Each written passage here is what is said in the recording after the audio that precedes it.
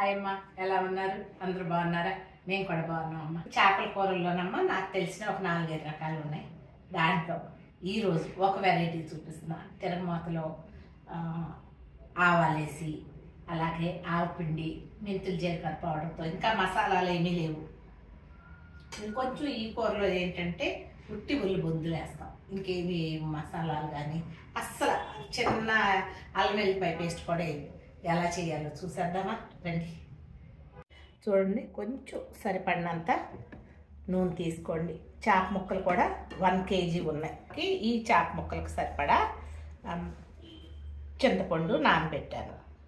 కరివేపాకు, ఆవాలు, ఉల్లిపాయలు 2, ఉల్లి బొందులు 1 కట్ట, పచ్చిమిరపకాయలు ఒక 5-6 తీసుకున్నాను అనమాట. ఈ చేపలమ్మ నేను పసుపు, ఉప్పు, కారం వేసి మ్యారినేషన్ చేసి పెట్టాను. ఈ కూరకు మనం కొన్ని ఆవాలు ఫస్ట్ తిరగమాతలో వేసుకుందాం. కొంచెం చెట్టుపట్టమన్న తర్వాత ఉల్లిపాయలు వేసుకుందాం. ఇప్పుడు ఉల్లిపాయలు వేసేద్దాం. తరిగి పెట్టుకున్న 2 ఉల్లిపాయలు కొంచెం గోల్డెన్ బ్రౌన్ రావాల్సిందేనమ్మా. ఇది లేకపోతే కనుక టేస్ట్ బాగోదు. ఉల్లిపాయలు వేగుతున్నప్పుడే పక్కన వేగుతూ ఉన్నాయి కదా, ఇప్పుడు మనం చింతపండు పులుసు పిండుకుందాం. మామూలుగా చింతపండు నా దగ్గర ఎప్పుడు స్టోర్ ఉంటుందమ్మా. చింతపండు పులుసు చేసేసుకొని పెట్టుకుంటాను. పులుసుల్లో కూడా వేసేస్తూ ఉంటాను. కానీ పర్టికులర్గా ఈ పులుసుకి మనం అప్పటికప్పుడు చింతపండు పులుసు తీస్తేనే టేస్ట్ బాగుంటుంది. అందుకని ఇలా తీస్తున్నాం.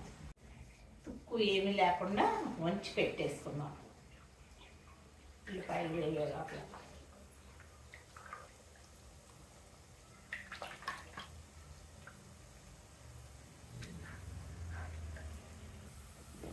బాగా వేగింది కదా, ఇప్పుడు చింతపండు పులుసు పెట్టేస్తాను.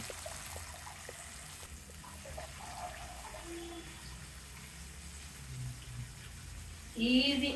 ఉల్లిపాయ వేగే వరకే మీ పని ఈజీగా ఉంటుంది. ఇది ఉడికిపోయిందని అంటే 5 minutes ఇంకా.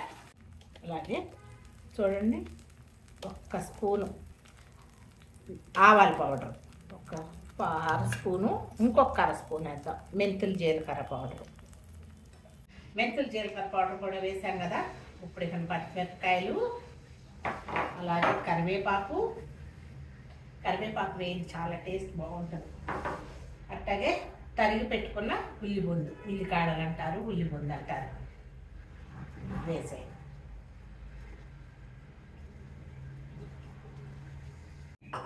వేసేసి ఇప్పుడు మూత పెట్టేద్దాం, బాగా ఉడకనిద్దాం. ఉడుకుతాను కదా, ఇప్పుడు ఒక్కొక్కటి వేసేయండి.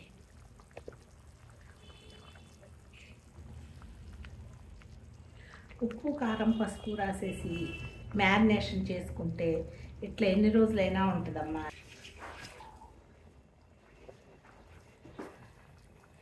ఇలా అన్నీ సర్దేసిన తర్వాత ఒక్కసారి తిప్పండి. తిప్పి హై మీద పెట్టి 2 minutes మూత పెట్టాను. చూడండి, ఇలా ఉడుకుతున్నప్పుడు ఇక మూత తీసేయండి. పక్కన పెట్టుకొని ఒక్కసారి కలుపుదాం. హై మీద పెట్టండి. 5 నుంచి 10 minutes దగ్గరుండి అప్పుడప్పుడు చూసుకోండి. హై మీద పెట్టి కొంచెం దగ్గరికి వచ్చిన తర్వాత సిమ్ చేద్దాం. ఇప్పుడు ఒకసారి ఉప్పు, కారాలు చూసుకుందామా. కొంచెం ఉప్పు మీ టేస్ట్కి సరిపడినంత వేసుకోండి. అలాగే కారం కూడా కొంచెం పడద్ది, వేస్తాం. చేపల పులుసులో కొంచెం ఎక్కువ కారం లేకపోతే టేస్ట్ బాగోదు. ఒకసారి కలుపుదాము.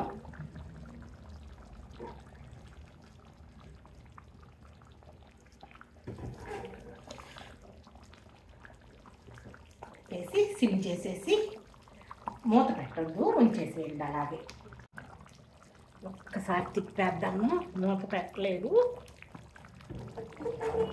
తిప్పేసి ఇంకా ఉప్పు, కారాలు కూడా చెక్ చేశాను. కొంచెం కారం పడితే మళ్ళీ వేశాను. అంతేనమ్మా, ఈజీగా ఉల్లిపాయలు వేస్తే ఒక్క 5 minutes టైం పట్టింది. దాని తర్వాత చింతపండు పులుసు ఉడికిన తర్వాత వేసేసేసి ముక్కలు వేసేసి ఒక్క 2 minutes మూత పెట్టండి. దాని తర్వాత మూత తీసేసి వండేసేస్తే కనుక ఏమీ లేదు, ఆ నీరు రాకుండా చాప ముక్కల నుంచి కూడా టేస్ట్ బాగుంటుంది. మూత పెట్టిన దానికన్నా కూడా మూత పెట్టకుండా వండుతుంది. చూసారా నూనె వచ్చింది కదా, ఇట్లా ఉంటే కనుక కూర ఉడికిందని గుర్తమ్మ. నచ్చిందా మరి మీకు? నచ్చితే లైక్ చేయండి, షేర్ చేయండి, సబ్స్క్రైబ్ చేయండి. Thank you so much.